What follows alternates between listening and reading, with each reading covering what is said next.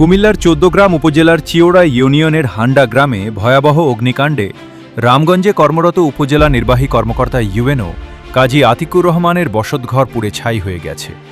রোববার ২৬ জুলাই দুপুর আনুমানিক ১টার দিকে বিদ্যুতের শর্ট সার্কিট থেকে এ অগ্নিকাণ্ডের সূত্রপাত হয় বলে জানা গেছে।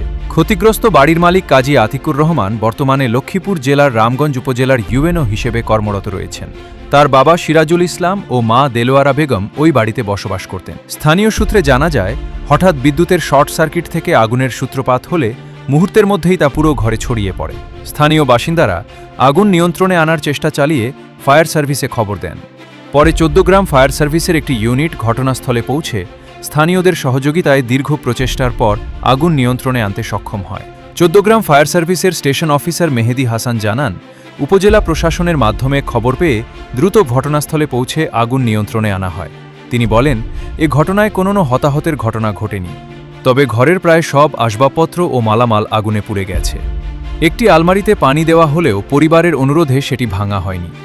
পরে স্বজনরা এসে আলমারির ভেতর থেকে স্বর্ণালঙ্কার সহ মূল্যবান সামগ্রী উদ্ধার করেন।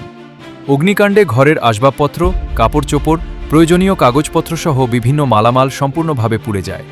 তাৎক্ষণিকভাবে ক্ষয়ক্ষতির পরিমাণ নির্ধারণ করা সম্ভব হয়নি। আগুনের প্রকৃত কারণ এবং মোট ক্ষয়ক্ষতির পরিমাণ নিরূপণে সংশ্লিষ্ট কর্তৃপক্ষ কাজ করছে।